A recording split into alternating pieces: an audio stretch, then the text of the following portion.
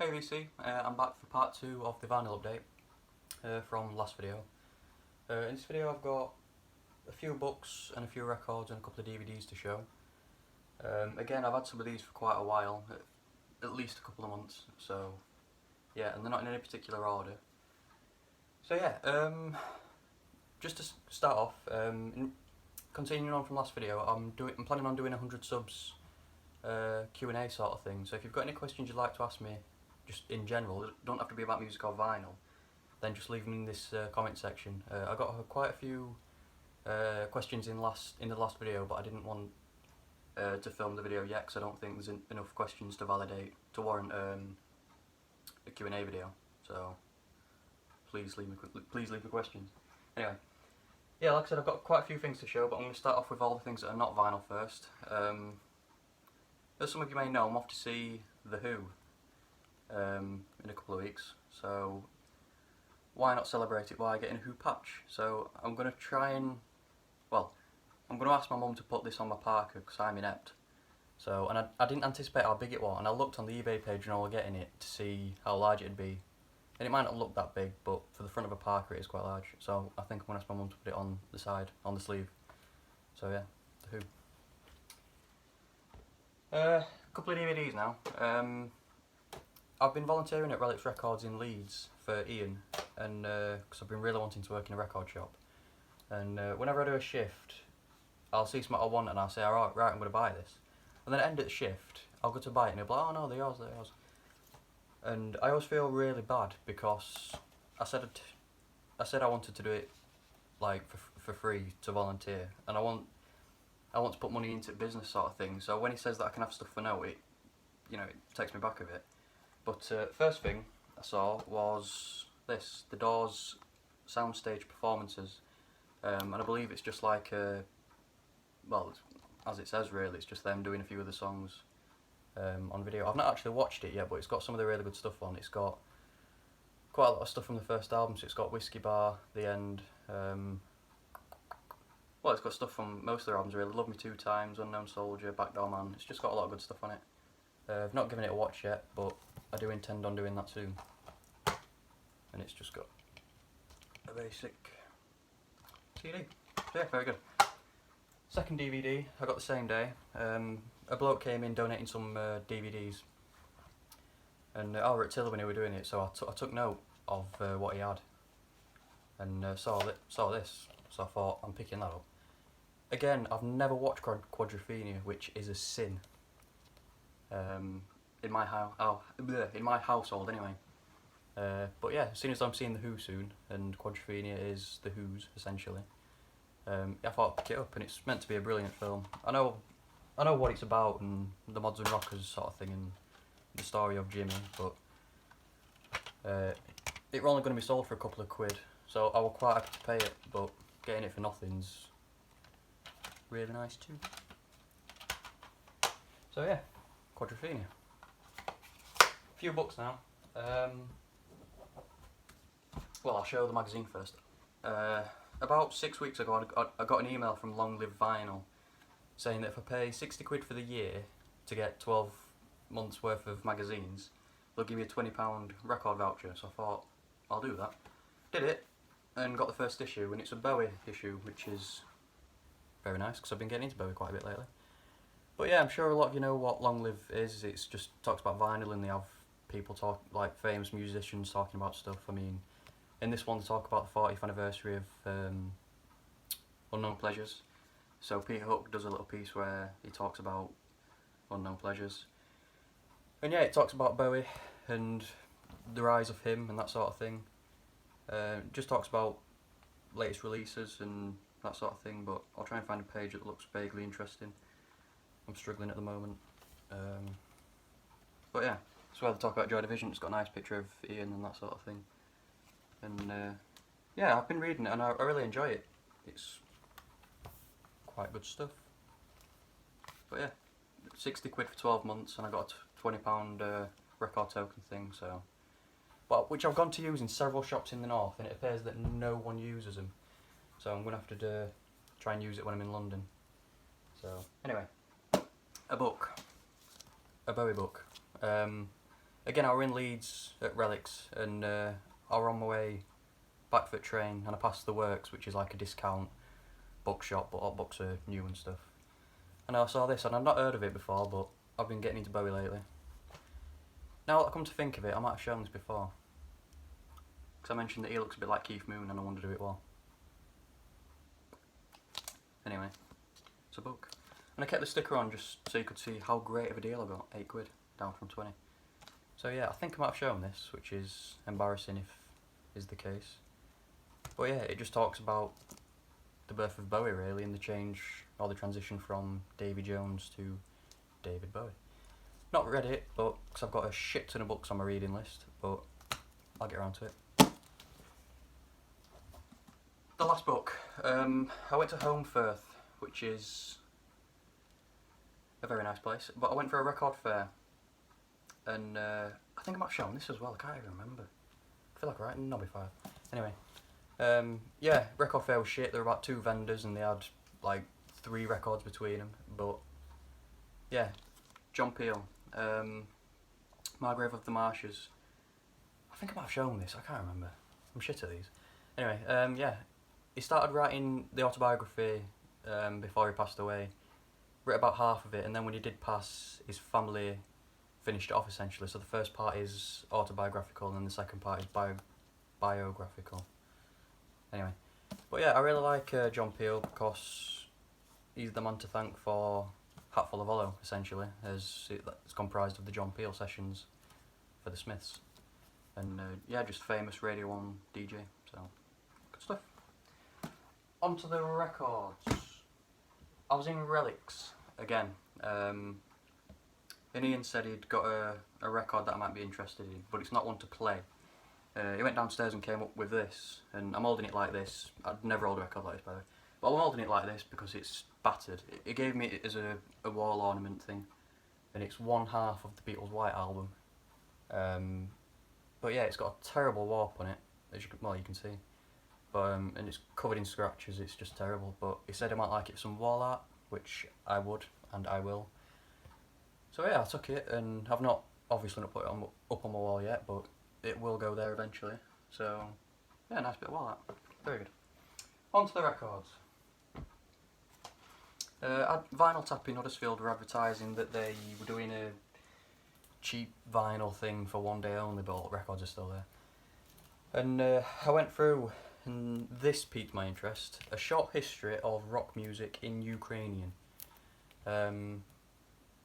Yeah, I didn't really know what to make of it when I saw the cover, so I turned it over and I saw songs which were very recognisable. So it's got Back in the USSR by the Beatles, I Predict to Riot by Kaiser Chiefs, who were supporting The Who, good stuff, and they're from Leeds.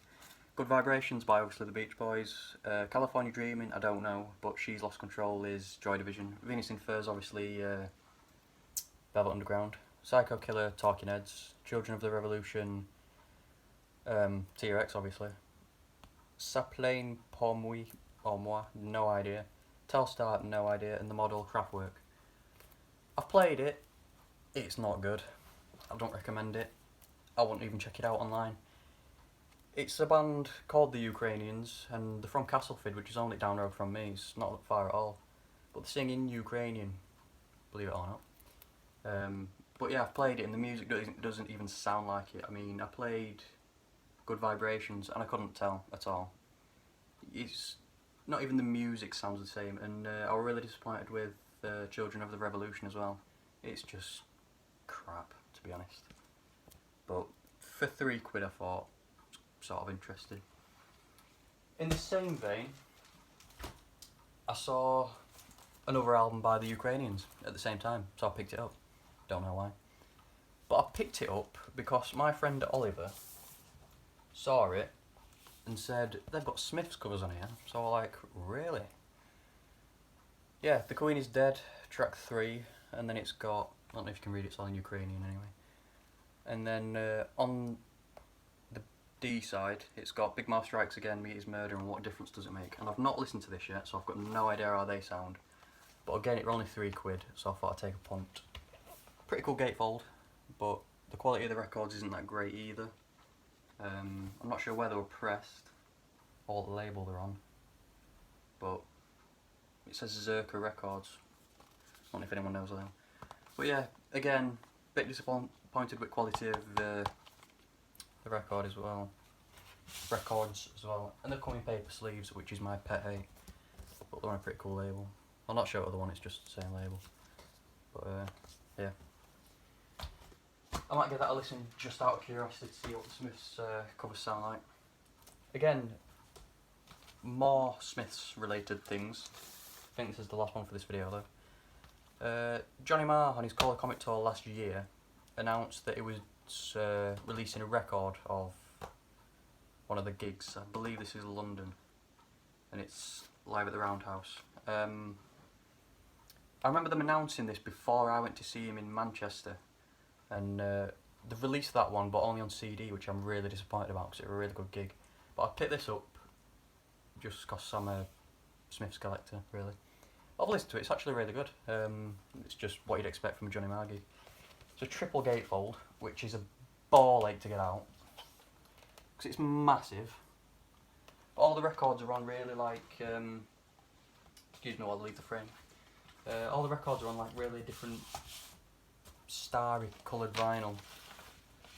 I'll just show one, but this one's on a blue sparkly vinyl.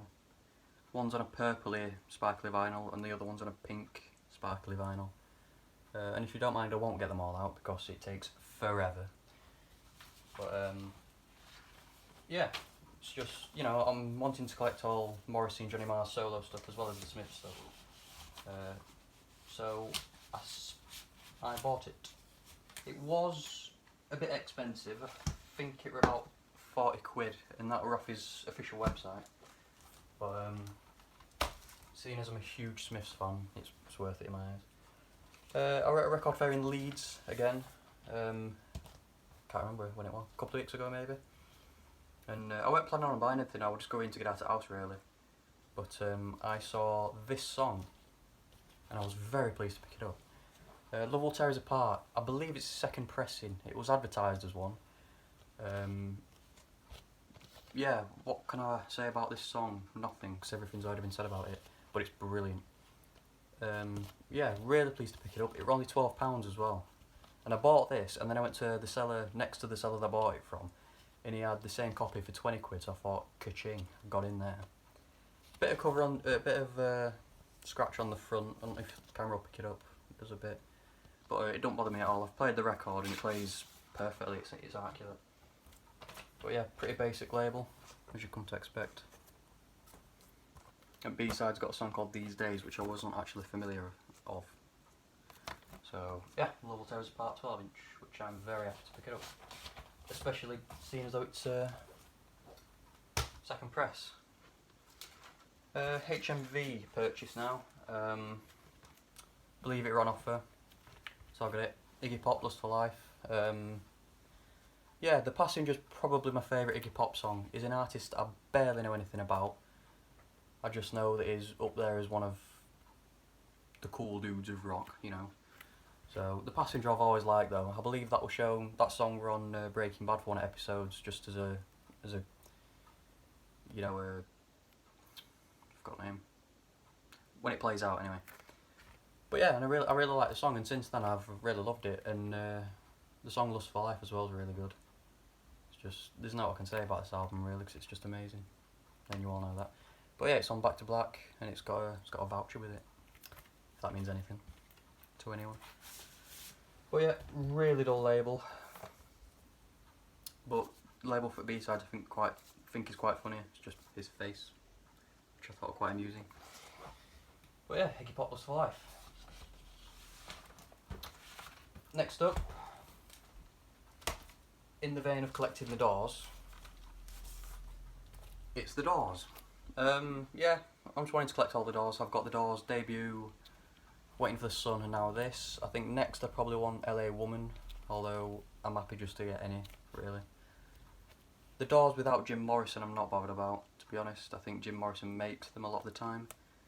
But yeah, people say Jim Morrison hasn't got the best singing voice, which I do understand, but I think that the Doors without Jim Morrison aren't the Doors. So but that's just my humble opinion, and it's a Rhino reissue. Rhino? Anyway. But yeah, and it's just on the gold Elektra label. I keep trying to think about which song is my favourite from this album. I can't do it. But honourable mentions will probably be Strange Days, Love Me Two Times, or People Are Strange. I really like People Are Strange, as it's quite haunting, but it's good. Anyway, last two are from the same artist, and it means that I am now complete, but sort of not, on this artist. I can't remember where I bought this from. I can remember where I bought this from. I bought this in Piccadilly Records in Manchester. I think I did. Yeah, I did. Yeah, Syd Barrett, I've been really getting into him lately, his solo work. I often think he's quite overlooked musically. Of course everyone knows him for Pink Floyd and The Formation of and the first two albums, but I think his solo work really is something to be you know, addressed and given proper time, and just I can't phrase my words. I just think people should look into it more and try and give it a go, really, because I really think that his solo work is underrated. But yeah, Baby Lemonade, nothing more to say other than that is a brilliant song. I love the start, how the guitar just comes in, and then yeah, anyway, but yeah, it's just great stuff. If you haven't checked it out, do. Good stuff. And then again, like I said, same artist, Syd Barrett again. Relics again. And I said I was going to buy this record, and Ian said, no, you're not, and gave me it. Thank you, Ian. But yeah, Syd Barrett Opal. As far as I know, this is quite hard to come by, but now that I've looked online, it's not that hard to come by, but I thought it was. But yeah, really happy to pick this up. I don't know a single song off it, but I have played it, and it's just good Syd Barrett stuff. I believe it's a compilation from 72 or 3 or 1, early 70s. But yeah, just like I said, I've been really getting into Syd Barrett, so really enjoy it. And it's on a very nice Harvest label, so yeah, good stuff. Again, if you haven't checked out Syd Barrett, do. But yeah, that wraps it up for this video. Thanks for watching. Again, like I said, if you've got any questions you'd like to ask me, that can be about records or music, and it doesn't have to be. I'll probably do that video in about a week or so please ask me questions, it'd really help. But yeah, cheers for watching, and I'll catch you next time.